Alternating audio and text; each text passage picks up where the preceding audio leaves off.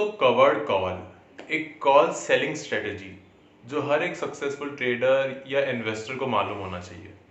अब चाहे आपको अपना डिविडेंड इनकम बढ़ाना हो, अपना रेगुलर इनकम क्रिएट करना हो या फिर हेजिंग क्रिएट करनी हो, ये सब चीज़ के लिए आप कवर्ड कॉल स्ट्रेटेजी को यूज़ कर सकते हैं। तो इस वीडियो में हम इसी चीज़ के ऊपर बात करेंगे कि पहली बात ये स्ट्रेटेजी क्या होता है, और इसमें जनरली लोगों को लगता है कि कोई रिस्क नहीं होता, लेकिन जो हिडन रिस्क है उसको हम कैसे मैनेज कर सकते हैं, ठीक है। और तीसरी बात कि इससे हम कैसे रेगुलर इनकम जनरेट कर सकते हैं, जो आपने थंबनेल में पढ़ा होगा। ओके, बिफोर मूविंग फॉरवर्ड, अगर आपको ऑप्शंस के बारे में कुछ नहीं पता है तो मैं आपको एडवाइस करूंगा कि आप पहले ये वीडियो देखिए जो मैंने पिछले हफ्ते बनाई थी। उसमें हमने बात किया है कैसे पुट सेलिंग ऑप्शन है ना, जो पुट ऑप्शन को जो हम सेल करते हैं उससे हम कैसे रेगुलर इनकम जनरेट कर सकते हैं। उस वीडियो में मैंने एकदम अच्छे से, एकदम सिंपल भाषा में एक्सप्लेन किया हुआ है कि ऑप्शंस होते क्या है। और अगर आपने वो वीडियो ऑलरेडी देखा है तो most welcome, let's start the video.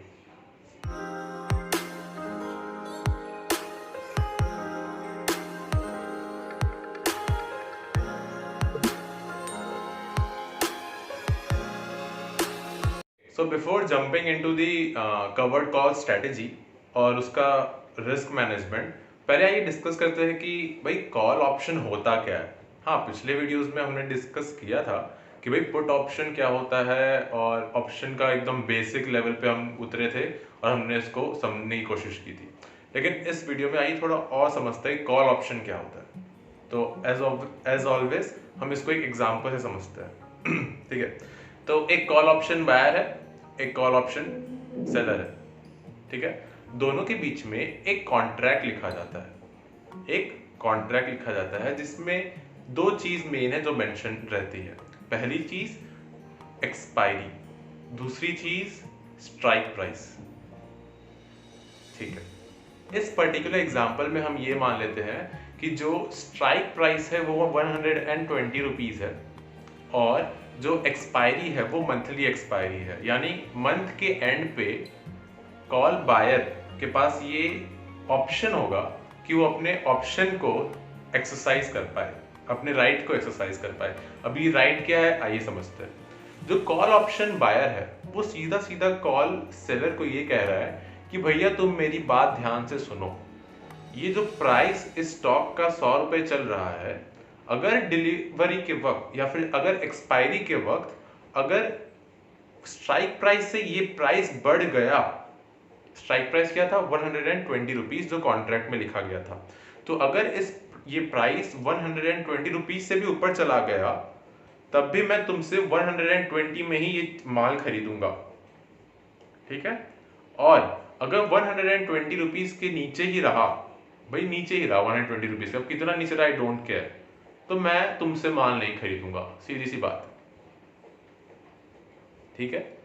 Call option buyer ने क्या कहा कि अगर स्ट्राइक प्राइस से ऊपर चला गया मार्केट प्राइस उस माल का, तो मैं वो चीज आपसे खरीद लूंगा, वो ऊपर वाले प्राइस पे नहीं, वही स्ट्राइक प्राइस पे 120 रुपीज पे। मान लो अगर प्राइस 140 हो गया, तभी भी इसके पास राइट है कॉल ऑप्शन बायर के पास कि वो माल 120 में ही खरीदेगा अपने पास, भले वो मार्केट में 140 में बेचे, ठीक है। और अगर 120 के नीचे रह जाएगा तो ये सीधा सीधा बोल देगा कॉल सेलर को कि भाड़ में जाओ, मेरे को कुछ नहीं चाहिए, मेरा लेना देना कुछ नहीं है, ठीक है।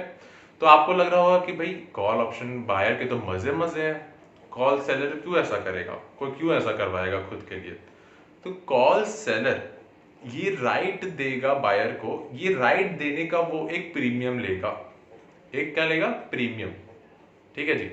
और अगर इस कॉल ऑप्शन बायर ने अपना ऑप्शन एक्सरसाइज नहीं किया, यानी कि प्राइस उस स्ट्राइक प्राइस के नीचे ही रह गया, तो कॉल ऑप्शन सेलर को अपना मैक्सिमम प्रॉफिट मिल जाएगा, जो कि होगा वो पूरा प्रीमियम, ठीक है।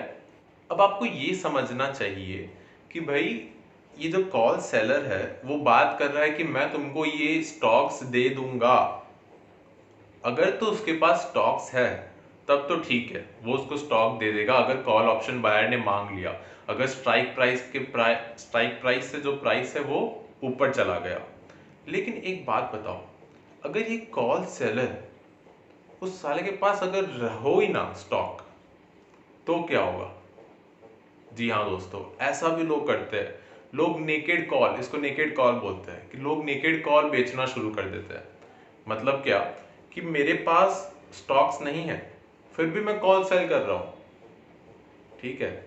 तो इसमें होता क्या है कि आपको स्क्वायर ऑफ करना पड़ता है, इसी को बोलते हैं कॉल ऑप्शन ट्रेडिंग, मतलब ऑप्शन ट्रेडिंग बेसिकली। यही एस्पेक्ट है जो लोगों को लगता है कि जुआ है स्टॉक मार्केट, जुआ है स्टॉक मार्केट। लेकिन हमें ये समझना चाहिए कि भाई इस चीज को किसी के साथ यूज करना है। आपको अपने स्टॉक, आपके पास होल्डिंग होनी चाहिए स्टॉक की।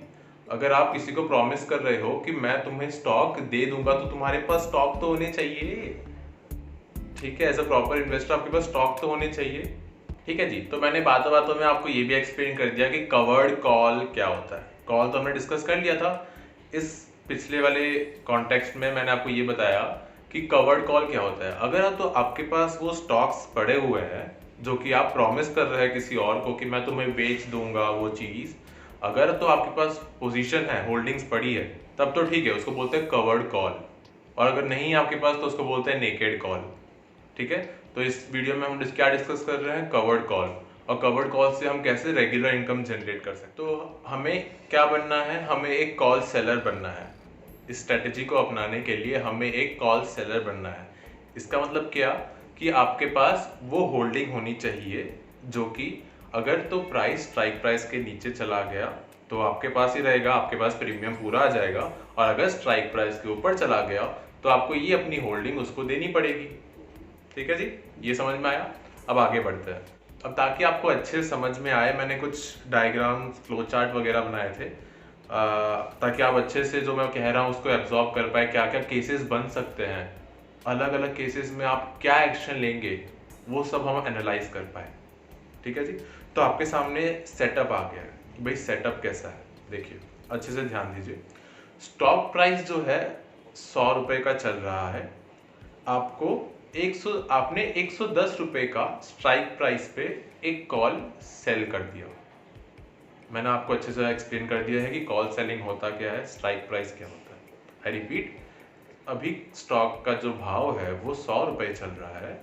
आपने मंथली एक्सपायरी पे 110 रुपए का स्ट्राइक प्राइस पे कॉल सेल कर दिया।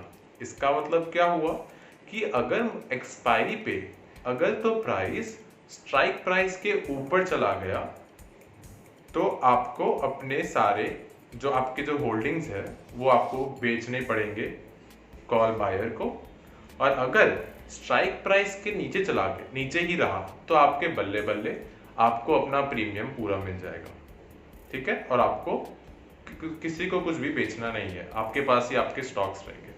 तो इसमें अगर आप ध्यान दें, अगर आप थोड़ा दिमाग लगाए तो आपको दिखेंगे अलग अलग केसेस बन सकते हैं।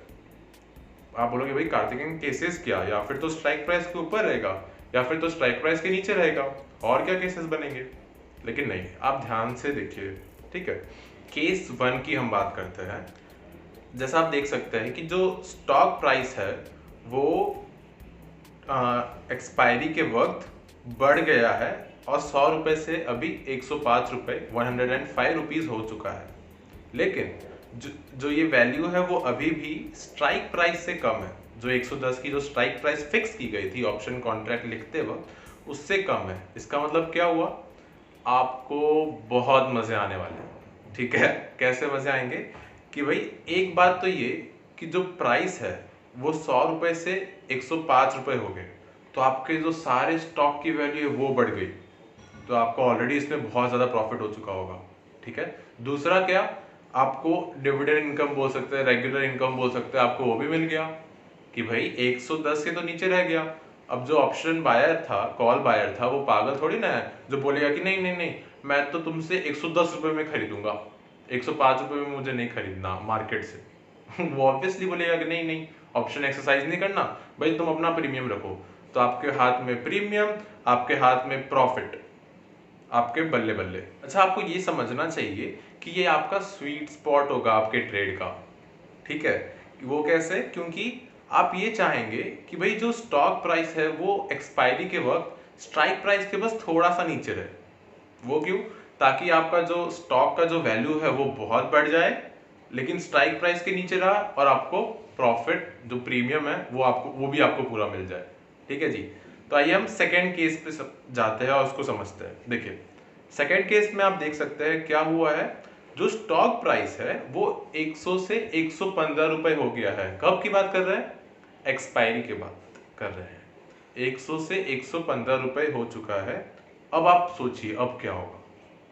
जो ऑप्शन बायर है वो कूदता फूदता आपके पास आएगा और बोलेगा कि हाँ तुम ही थे जिसने मुझे कॉल ऑप्शन सेल किया था और स्ट्राइक प्राइस थी 110 रुपए। तो भाई तुम एक काम करो, मुझे 110 रुपए पे सारा माल दे दो, तुम्हारा जो भी बात हुई थी, 1 लॉट की 2 लॉट की कितने भी। तो आपको क्या करना पड़ेगा, अपना सारा माल उसको देना पड़ेगा। किस किस प्राइस पे? 110 रुपए पे।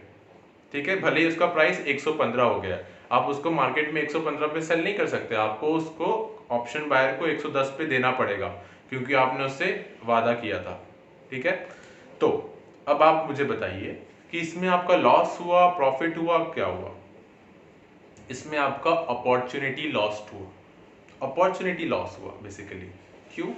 क्योंकि मार्केट में हायर प्राइस पे आप कोई चीज को बेच सकते थे लेकिन आपने उससे कम प्राइस में बेचा। ठीक है, लेकिन अगर आप एज अ होल देखें तो आप खुद देखिए आपको प्रॉफिट हुआ है। वो कैसे? कि भाई 100 पे वो प्राइस था, आपके स्टॉक के प्राइसेस 100 पे थे और अब प्राइस क्या हो गया? 110 रुपया। 10% आपको ऑलरेडी ऐसे इंक्रीज हो गया। ठीक है, तो आपको प्रीमियम तो मिला ही, आपको 100 का 110 रुपया 10% का भी प्रॉफिट मिला। हाँ, आपको अपॉर्चुनिटी लॉस हुआ है कि जो 15% प्रॉफिट आपको मिल सकता था, ऑब्वियसली 100 से 115 आप 115 भी बेचते तो 15% का प्रॉफिट जो मिल सकता था वो आपको 10% ही मिला है। लेकिन स्टिल अगर देखा जाए तो आपको खुश रहना चाहिए क्योंकि आपको प्रॉफिट तो हुआ है। ठीक है, तो ये हमने दूसरा केस भी डिस्कस कर लिया। अब आइए हम बात करते हैं थर्ड केस की। थर्ड केस बहुत सिंपल सा है कि जो प्राइस है वो इधर जाके उधर जाके जाते जाते उसी जगह पे आ गया, ऑलमोस्ट कांस्टेंट रहा। ठीक है, मतलब एक्सपायरी के वक्त जो प्राइस चल रहा था जब ऑप्शन कॉन्ट्रैक्ट लिखा गया 100 रुपीज, वो 100 रुपीज के आसपास ही रहा या फिर 100 रुपीज ही रहा। अब आप एक बात बताइए ना, आपका फायदा हुआ कि लॉस हुआ? ऑब्वियसली यार फायदा हुआ। अब कितनी बार एक ही चीज को एक्सप्लेन करें। ठीक है, ऑप्शन बायर आपके पास नहीं आएगा वो, ठीक है, और आपको पूरा प्रीमियम मिल जाएगा। ठीक है जी, अब हम लास्ट केस पे आ जाते हैं, केस 4। तो दोस्तों केस 4 सबसे इंपॉर्टेंट केस जो कवर्ड कॉल में हमें समझना है और क्या एक्शन लेना है उसको अच्छे से एनालाइज करना है। ठीक है, अब केस 4 में जैसे कि आप देख सकते हैं कि जो स्टॉक प्राइस है वो एक्सपायरी के वक्त 100 रुपीज से भी कम हो गया, 95 रुपीज हो गया। तो आपको पहले विजन में लगेगा कि भाई ये तो अच्छा ही हुआ, 120 110 के तो नीचे ही है, जो स्ट्राइक प्राइस फिक्स किया गया था उससे तो नीचे ही है, तो मेरा पूरा प्रीमियम तो मेरे पास ही आएगा एज अ कॉल सेलर। लेकिन आप एक बात देखिए, अगर 100 रुपए की चीज 95 हो गई तो आपको प्रीमियम तो मिल जाएगा। ठीक है, लेकिन जो आपका स्टॉक का जो होल्डिंग था उसकी वैल्यू बहुत ज्यादा गिरेगी। आसान भाषा में आपको लॉस बहुत ज्यादा हो जाएगा कंपेयर टू जो आपको प्रॉफिट छोटा सा मिलेगा प्रीमियम, एज अ प्रीमियम। तो ऐसे वक्त पे हमें क्या करना है? इधर हम करते हैं कॉल एडजस्टमेंट्स। भाई कुछ अलग अलग स्ट्रेटजी हम और लगाते हैं ऐसे वक्त पे। अब देखिए ये जो स्ट्रेटजी है पुट सेलिंग और फिर कॉल सेलिंग, ठीक है, ये जो 2 वीडियो में पूरे हमने बातें की है, इसमें सबसे मेन हाईलाइटेड पॉइंट क्या है कि आपको ऐसे स्टॉक में ही काम करना है जिसमें लिक्विडिटी हो, जो ब्लू चिप कंपनी हो, तीसरा जिसमें आपको होल्ड, जिसको आप 10 साल तक होल्ड करने में भी आपको कोई दिक्कत नहीं है। ऐसी अच्छी कंपनीज में आपको, है ना, ऑप्शन राइटिंग करना चाहिए। ठीक है, क्योंकि मान लीजिए ये जो 100 रुपए की चीज 95 रुपीज हो चुकी है, ठीक है, आपके मन में लगेगा, आपके मन में टेंशन में लगेगा कि यार ये प्राइस तो गिर गया, इतना हैवी लॉस हो गया मुझे। ठीक है, और क्या पता ये प्राइस और नीचे गिर जाए। लेकिन अगर ये आपका लॉन्ग टर्म स्टॉक है जिसमें आपने अच्छे से रिसर्च वगैरह की हुई है तो आपके अंदर कोई टेंशन नहीं रहेगा। भाई देखो, एज एन इन्वेस्टर मैं ये नहीं चाहूँगा कि मैं स्टॉक स्पेकुलेशन करूँ, मार्केट स्पेकुलेशन करूँ, मैं रोज़ रोज़ प्राइस को देखूँ, मैं रोज़ रोज़ प्राइस को देख के मेरा टेंशन बढ़ाऊँ और फिर टेंशन घटाऊँ। ठीक है, तो ये बहुत इंपॉर्टेंट है कि हम ब्लू चिप कंपनीज और अपने लॉन्ग टर्म बेट्स पे ही अपना ऑप्शन राइटिंग करें, ऑप्शन सेलिंग करें। ठीक है, दूसरी चीज कि भाई अगर प्राइस इस केस में जैसे आपने देखा प्राइस जो है 100 रुपीज के भी नीचे चला गया तो अब हम क्या करें। ठीक है, तो एनालिस्ट का मानना है, वो ये एडवाइस करते हैं कि भाई देखो तुम अपना कॉल सेलिंग का जो प्रोसेस है वो कंटिन्यू करते रहो। ये वाले में मान लीजिए प्राइस नीचे चला गया है, कोई बात नहीं, आपके पास जो प्रीमियम आया है उस प्रीमियम को आप अपने जेब में रख के उड़ा मत दो। ठीक है, आप क्या करो, इस प्रीमियम को आप फिर से इन्वेस्ट कर दो उस स्टॉक में। कहने का मतलब क्या, प्रीमियम मान लीजिए आपके पास 15,000 आया, 15,000 रुपीज का आप ये जो स्टॉक है उस स्टॉक को और बढ़ाइए, इसको बोलते हैं एवरेजिंग डाउन करना। ऐसे जैसे जैसे नीचे जाए आप पहले से फिक्स करके रखिए कि इस टारगेट पे अगर वो आया तो मैं इतने पैसे और लगाऊंगा उस स्टॉक में। ठीक है, मान लीजिए वो टारगेट भी टूट गया और नीचे गया, ठीक है, जहाँ पे एक और कोई सपोर्ट है, जहाँ से आप एक्सपेक्ट कर रहे हैं कि ऊपर जा रहा है, वहां पे आपने एक और पैसे लगाने थोड़े और। ये पैसे या फिर तो आप खुद लगाइए बाहर से, या फिर जो आप कॉल सेल करके जो आप प्रीमियम अपने जो प्रीमियम आप चुरा रहे हैं उसको आप यहाँ पे इन्वेस्ट करते जाइए और। अब क्योंकि ये अच्छी कंपनी है तो इसका प्राइस ऑब्वियसली कभी ना कभी तो ऊपर जाएगा, ऐसा हो नहीं सकता कि प्राइस ऊपर ना जाए। ठीक है, जब तक यस बैंक जैसा कुछ केस ना हो जाए ऑब्वियसली। तो अब क्या होगा, जैसे इसका प्राइस ऊपर जाएगा तो आपका प्रॉफिट बहुत ज्यादा होगा। समझ गए आप बात? तो बेसिकली ये था कि कैसे हम एडजस्ट कर सकते हैं अपने कॉल को। Okay, so that's it. आज का वीडियो शायद थोड़ा छोटा है और आपने वीडियो को लास्ट तक देखा है, इसका मतलब मैं समझता हूँ कि आपको ये जो स्ट्रेटजी है वो शायद अच्छे से समझ में आ गई है। और बस इतना कहूँगा कि ये जो स्ट्रेटजी बिल्डअप करना या फिर है ना समझना और फिर किसी और को एक्सप्लेन करना, इसमें काफ़ी ज़्यादा वीडियोस देखे जाते हैं, है ना, काफ़ी ज़्यादा आर्टिकल्स वगैरह ब्लॉग्स वगैरह पढ़ना पड़ता है और फिर जाके कुछ छोटा सा कॉम्पैक्ट मटेरियल तैयार होता है जो मैं इधर डिलीवर करता हूँ। तो मैं कुछ वैल्यू प्रोवाइड कर रहा हूँ, बस इतना एक्सपेक्ट करता हूँ कि आप लोग चैनल को सब्सक्राइब कर दीजिए और जैसे भी अप्रिशिएट कर सकते हैं लाइक करके शेयर करके कर दीजिए। Yes, thank you guys. Yes, बहुत इंपॉर्टेंट चीज़, टेलीग्राम चैनल पे हम रोज़ कुछ क्वालिटी कंटेंट डाल रहे हैं और लोगों को शायद पसंद भी आ रहा है, इसीलिए धीरे धीरे लोग बढ़ रहे हैं। तो मैं आपको स्ट्रांगली एडवाइस करूँगा कि आप एक बार चैनल को विज़िट कीजिए, आप कंटेंट देखिए, अगर आपको अच्छा लगे, एजुकेशनल कंटेंट्स है, नो टिप्स नो एडवाइस, आपको अच्छा लगे तो ज़रूर ज्वाइन कीजिएगा। Thank you.